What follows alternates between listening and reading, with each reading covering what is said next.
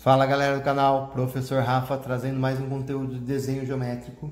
Dessa vez nós vamos começar a explorar mais um lugar geométrico que a gente ainda não viu, tá certo? Então eu começo com essa indagação aí para vocês. Um ponto pode enxergar? É isso que a gente vai discutir aqui agora, tá? É o seguinte, eu marquei vários pontos aqui e fiz um segmento de reta. A gente fala da seguinte forma: esse ponto A enxerga o segmento de reta BC. Mas o que é esse enxergar? Quer dizer que ele vê os extremos B e C formando um ângulo aqui no ponto A. Então, por exemplo, quando eu estou falando em enxergar, significa que eu estou ligando esse ponto ao extremo dele, ligando esse ponto ao extremo dele. E aí eu estou falando que esse ângulo aqui, ó, esse ponto enxerga o segmento BC com esse ângulo. Ele enxerga o segmento inteiro, tá? Pra gente não ficar com dúvida aqui, esse ângulo é de 60 graus, ó. A gente pode verificar aqui, ó, 60 graus. Então, eu posso falar que o ponto A enxerga o segmento BC com um ângulo de 60 graus. É essa a ideia. Então, imagina você de frente para uma parede e o quanto você precisa ter a sua visão aberta para enxergar essa parede inteira. A questão que eu faço agora é o seguinte: se eu pegar esse ponto e for mais para trás, se eu me afastar de BC, o que vai acontecer com esse ângulo de 60 graus aqui? Ele vai aumentar ou ele vai diminuir? Ou ele vai se manter? Vamos ver então. Agora, se o ponto A veio aqui onde está o ponto E, olha só agora, para eu traçar os segmentos que enxergam o BC, vou traçar daqui até aqui, ó. Consegue perceber que esse ângulo já ficou menor, né? Se a gente for medir aqui, aproximadamente 40 graus a gente tem aqui, então. Veja aqui. Então, se eu for mais para trás, eu vou precisar de um ângulo de visão menor para enxergar o meu segmento inteiro. É essa a ideia que eu tô querendo explorar aqui. Se eu for mais um pouco para trás, aqui no ponto F, o que vai acontecer com esse ângulo? Vai fechar um pouquinho mais, né? Então, vamos confirmar isso. Aqui e aqui. Olha lá. Esse ângulo agora ficou com um tamanho de 30 graus, ó. 30 graus. Então, conforme o ponto foi afastando, o ângulo de visão necessário para enxergar o segmento inteiro foi diminuindo. O que acontece se eu aproximar esse ponto? Então, eu estou aqui no A e eu vou aproximar, vou para o D. O que você acha que vai acontecer? Vamos ver? Então, para eu poder enxergar o segmento inteiro, olha só, como esse ângulo teve que abrir bastante agora. Esse ângulo passou os 90 graus, ele está em 110 graus agora. 110 graus. Então, essa é a ideia. Imagina você na frente da parede. Se você se aproximar muito da parede, o seu campo de visão para conseguir enxergar a parede inteira, ele vai ter que ser extremamente aberto. É mais ou menos essa a ideia que a gente está querendo explorar aqui. Porém, a gente viu que se afastar, esse campo de visão diminui. Se eu aproximar, esse campo de visão tem que aumentar para eu poder enxergar o segmento inteiro. Mas será que existem pontos que eu consigo enxergar com o mesmo tamanho? Vamos verificar esse ponto H aqui. Eu fiz ele um pouquinho mais perto e um pouquinho mais para lá. Se eu traçar então o ângulo de visão dele aqui, olha só, e for medir esse valor, ele vai dar, ó, alinhei 60 graus aqui, ó. Opa, então esse ângulo enxerga o segmento BC com o mesmo ângulo que o A. Isso pode acontecer em outros pontos também. Olha só. Vamos marcar aqui. Esse ângulo de I.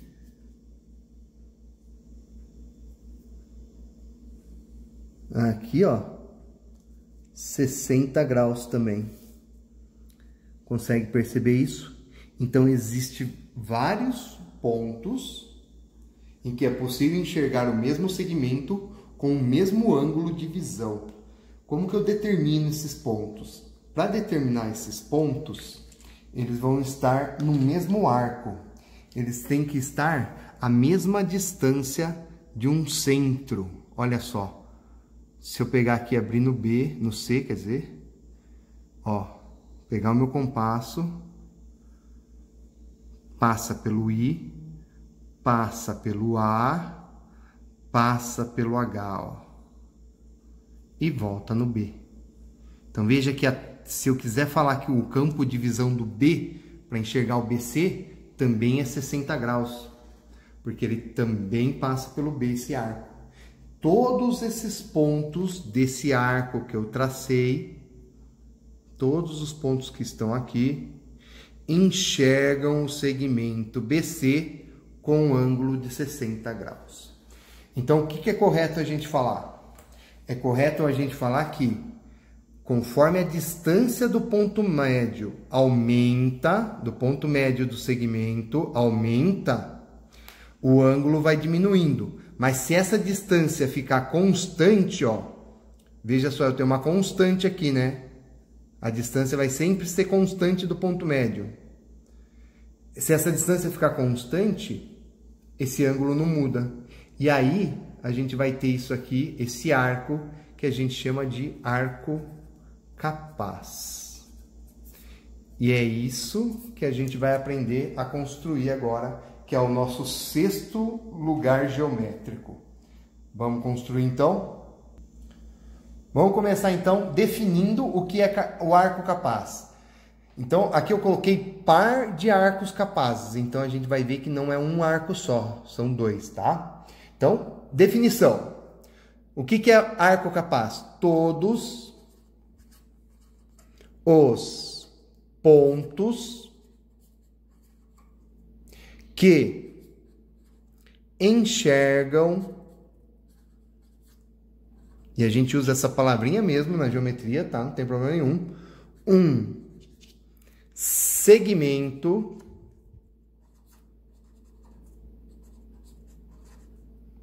sob ângulo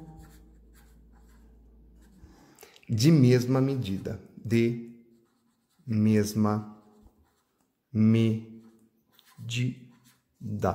Opa! Essa é a definição de arco capaz. Todos os pontos que enxergam um segmento sob o ângulo de mesma medida. Então, para construir o arco capaz, a gente vai separar em 3 casos. Hoje a gente vai ver o primeiro caso, em que o ângulo vai estar entre 0 e 90 graus. Então, é um ângulo do tipo agudo. Então, esse alfa que a gente vai pegar aqui é um ângulo agudo. Então, essa construção vale para qualquer ângulo agudo. Beleza, então. Então, tá aqui, peguei um ângulo qualquer, um ângulo alfa agudo. Dá para ver que ele é menor que 90 graus. E eu quero todos os pontos que enxergam o segmento BC sob o ângulo alfa. Onde estão esses pontos? Como que a gente vai fazer a construção? Lembra lá no comecinho que eu falei que o ponto B também enxerga com esse ângulo? Então, a primeira coisa que a gente vai fazer é transportar esse ângulo aqui para B, na parte de baixo, tá? Então, vamos lá. Transporte de ângulo. Ponta seca no vértice, faz o arco do ângulo, vem para cá, mesma abertura, faz o arco do ângulo. Opa, escapou o compasso. Ok? Ponta seca onde fez a abertura do arco, pega a abertura desse ângulo e leva para cá. Então, transportei o ângulo alfa.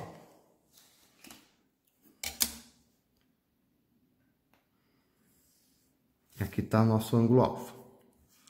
Ok. Para achar o centro do arco capaz, nós vamos ter que fazer duas construções já conhecidas nossas. A primeira é a mediatriz de BC e a segunda é a perpendicular no B em relação ao segmento que eu tracei. Então, vamos começar com a perpendicular. Então, dá uma prolongada nela. Sempre que você for fazer aqui, já aproveita e já faz prolongada, então, tá? Opa, tá? Ponta seca no B, corta de um lado, corta do outro.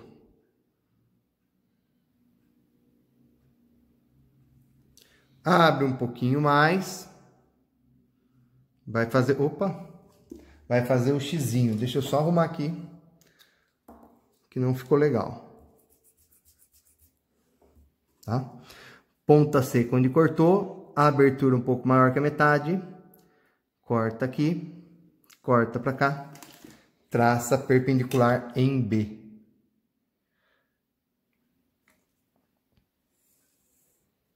Tá lá, ok? Perpendicular em B feita, mediatriz de BC, ponta seca no C, abertura maior que a metade que BC, faz um arco. Mesma abertura, ponta seca em B, faz outro arco. Traça a mediatriz.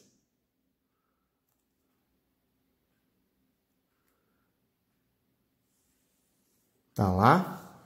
Esse ponto de cruzamento da mediatriz de BC com a perpendicular no ponto B é o centro do arco capaz, vou chamar ele de O1, tá? E nós vamos encontrar mais um depois. Então, se ele é o centro, ponta seca no O, abre até o C e faz o arco chegando até o B, ó. Ok? Beleza, esse é o arco capaz, é a resposta do nosso exercício. Vou dar um destaque aqui para ele, então, agora. Beleza? Só que eu falei que era um par de arcos capazes. Então, da mesma forma que existem os pontos que enxergam o BC com um ângulo alfa, acima dele também vai ter abaixo. Como que a gente vai achar abaixo? Precisa fazer tudo de novo? Não. Vai fazer o seguinte, pega a distância que está aqui, do ponto médio até o O1, e transporta para baixo. Porque eles têm que ser simétricos, os dois centros. Opa, só que eu fechei um pouquinho o compasso aqui. Pega essa distância daqui, do ponto médio a O1, e leva para cá. E faz a marquinha. Aqui ficou o meu O2.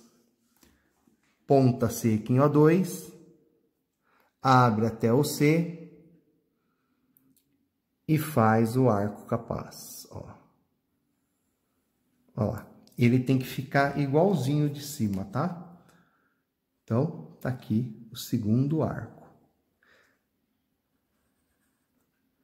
Então, veja, como a gente está falando de lugar geométrico, é necessário traçar os dois arcos capazes.